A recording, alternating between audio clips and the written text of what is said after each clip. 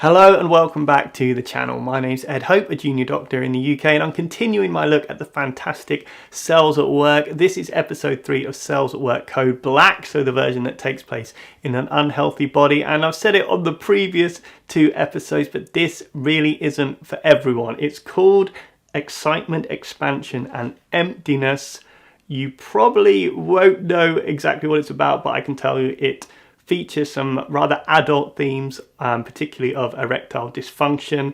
So you have been warned, this isn't going to be for everyone, but we're going to keep it very medical. Medicine is about dealing with, these type of things. So let's see what happens.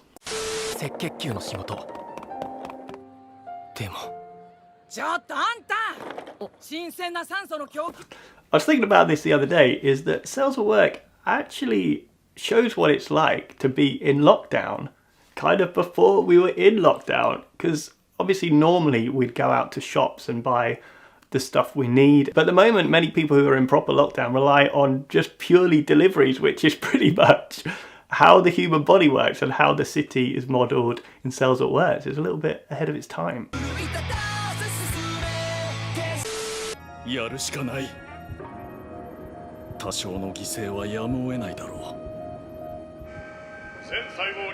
So the body's getting ready for arousal. They'll said no doubt there'll be some casualties. What?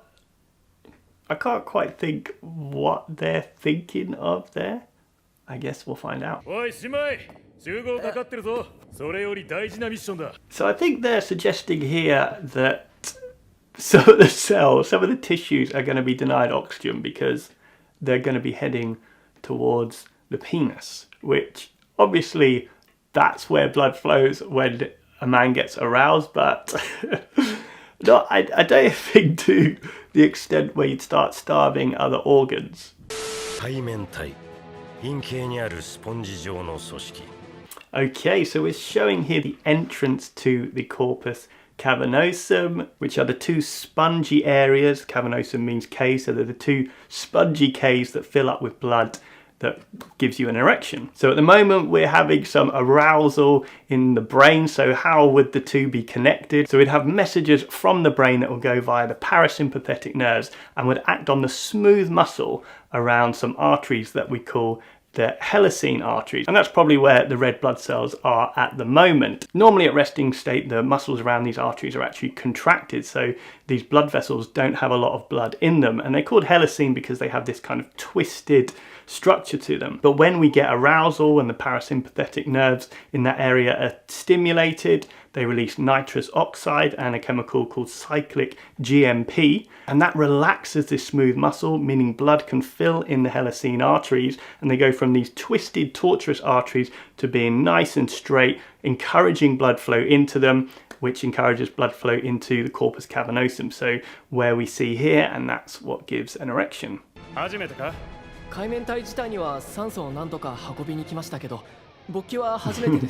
And the red blood cell has said here he's delivered oxygen to the corpus cavernosum before, but he's never experienced an erection. So yeah, normally the helicine arteries will still have small amounts of blood flow in them, but as we said, because they're kind of twisted, the blood will flow quite slowly. So it's only when they get this message from the parasympathetic nerves, we get cyclic GMP released, those muscles relax, we get increased blood flow. So that's what we're experiencing here. That's the difference.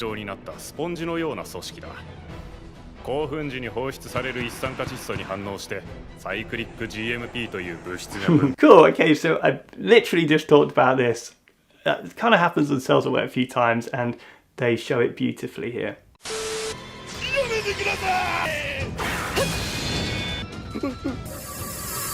Nice, so we see a white blood cell get a pseudomonas here, and we talked about in the last episode that we frequently see the wrong kind of proportions of a bacteria versus a white blood cell. So this is probably a more accurate proportion actually. So white blood cells are normally around about 10 times bigger than bacteria. So this is what a normal battle would look like.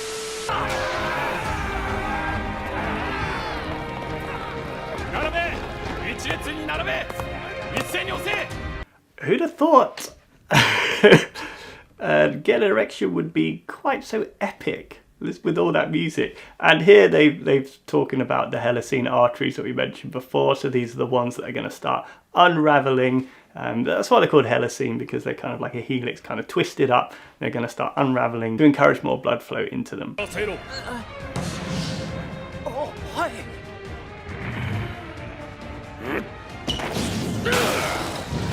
This idea of a massive red blood cell helping to increase the amount of blood flow to the area is a bit mad. Normally, if your red blood cells are bigger than normal, we call them megaloblastic, which is not a good thing.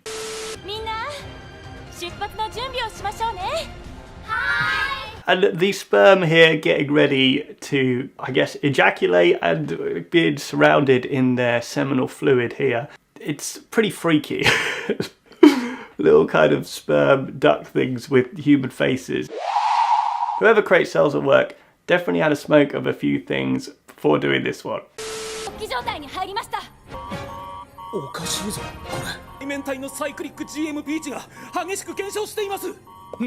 Right, so we see here, well, we knew it was coming because we knew this would be about erectile dysfunction, but the levels of cyclic GMP are starting to drop. As we said earlier, the cyclic GMP is released into the area from when we get aroused and the parasympathetic nerves fire off nitric oxide, and that relaxes the muscles, meaning blood flow goes to the area. However, cyclic GMP is naturally broken down by an enzyme called PDE5, so you basically don't have an erection forever. So that's what's going to be going on here. The cyclic GMP levels are going to be dropping, which means the smooth muscle is going to be contracting, means we're going to get less blood flow to the area.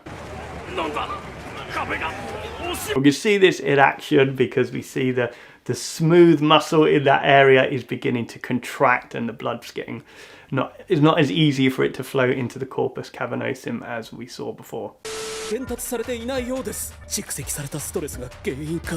Okay, so touched on an interesting point here. So one of the causes of erectile dysfunction, as we said earlier, when we're aroused we get a flow of activity through the parasympathetic nervous system. You may have heard it called the rest and digest system, but that's where the signals go when you're also aroused.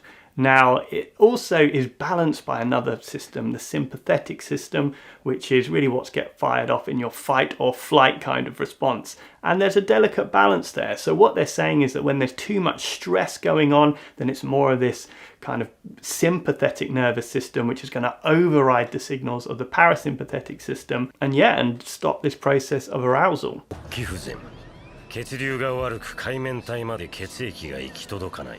So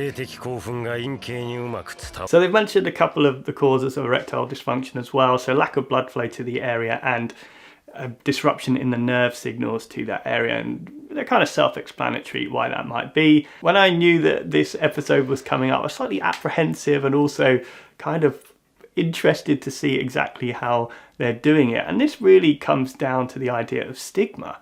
You know, just because people have a problem in this area, it comes with it so many more issues than the actual medical problems. Say, you know, for example, someone had a lack of blood flow or lack of nerve supply to their finger and had problems using their finger. They'd have none of these kind of stigma or awkwardness or difficulty talking about people. It wouldn't kind of affect them as much as something like erectile dysfunction. There's a weird kind of natural amusement in this type of thing, but it's worth knowing that kind of as doctors, we hear about all these type of things so many times. I mean, I don't personally deal with this. You know, I don't think I've ever seen anyone with erectile dysfunction in the emergency department. It's just not the type of place people come to. But I've seen loads of patients that are on sildenafil, so Viagra, that will be on their medication list when they come in. And I see loads of patients that have really delicate problems. You know, I pretty much every single day when I'm at work, I'll see bums, genitals, all these type of things, because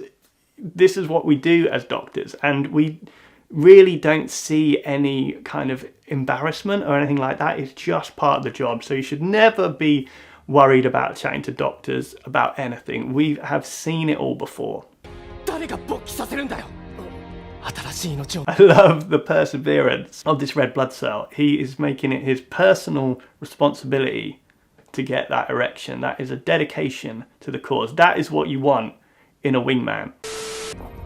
生活習慣から来る血流の悪さに加え、慢性的なストレス。こんな状況。 And everyone's a little bit depressed about not getting an erection. They talk about some of the lifestyle changes that may have contributed to this. So that would be things like smoking, alcohol, poor diet, lack of exercise, obesity. All of these things would be affecting the blood vessels and maybe to some extent the nerves too. だから酸素を運ぶだけだからな。こっちの方がまだマシだよ。 Why am I getting slightly emotional and invested in this character trying to get to make an erection happen? It's amazing what cells of work can do. 待ってください。海面体内のサイクリック GMP 値が上昇。 Right, so we hear the cyclic GMP levels are rising. As we said, that's a really important factor. So either we're getting increased parasympathetic activity down there, or something is stopping the cyclic GMP from being broken down. I've got a feeling I know what it is. Let's find out. しています。何？これは PDE5 の働きが Something is inhibiting the PDE5 function, exactly as we said. So PDE5 is the enzyme that breaks down cyclic GMP. So something is stopping that enzyme from working, meaning the cyclic GMP is remaining there, and that can only be one thing. I love the way the hero of this episode is going to be sildenafil, or commonly known as Viagra. 外部より投与された模様です。これはシルデナフィル。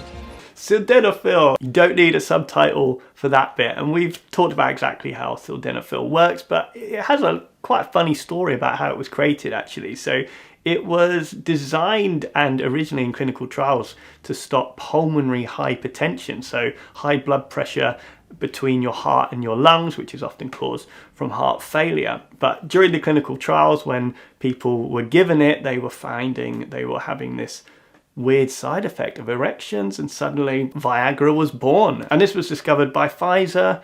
Lots in the news at the moment about their COVID-19 vaccine. Probably Pfizer's most famous drug up until the recent COVID-19 vaccine.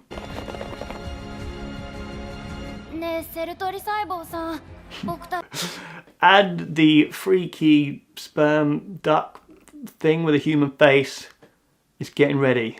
シルデナフィルを用いてまでの勃起。 And the brain is upset that the human had to take sildenafil to get an erection. The kind of lesson they're trying to say is that this is in Cells at Work code Black, so these problems are about the lifestyle issues and the body should be taking better care of itself. I don't think it's really adding to the stigma of erectile dysfunction purely because it's saying that these are the causes, and people should try and reverse those and not just rely on medications to sort things out. 整いました 尿道括約筋を収縮させろ。 尿道括約筋 Oh cool, this is a nice little touch here. So the urethral sphincter is about to get contracted, and the reason being is that when the sperm goes through the urethra out the end of the meatus of the penis, is that you don't want the sperm to then be shot back into the bladder. So the actual bladder sphincter closes, meaning that you'll get no kind of what we call retrograde ejaculation, so ejaculation in the wrong direction.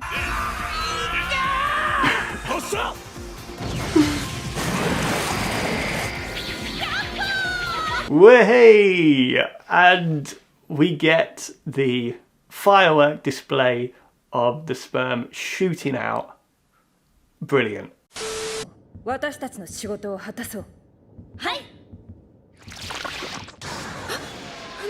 So the white blood cells have this kind of purple tentacle wrap around them, and this is just after sex, so could this be a sexually transmitted infection? Lining up, I think, for the next episode. So there you have it, another brilliant episode of Cells at Work, and I like the fact it doesn't shy away from these kind of difficult topics, and particularly because it's aimed at young people, it helps to just educate people a little bit more about the human body and about these kind of more, let's say embarrassing subjects. Also, before I go, thank you to everyone that's been supporting my channel through getting some of the face coverings that I have available. You can get them in blue, yellow, pink and green. I'll leave a link down below, and they have all the cells of the immune system, so all the cells we see in these episodes. So yeah, if you want to check them out and support the channel, I'll leave a link down below. You can look as cool as me. And so it just leaves me to say thank you again for all your support on the channel, all the likes, all the comments, all the shares. You continue to blow me away. And until next time, I'll see you soon.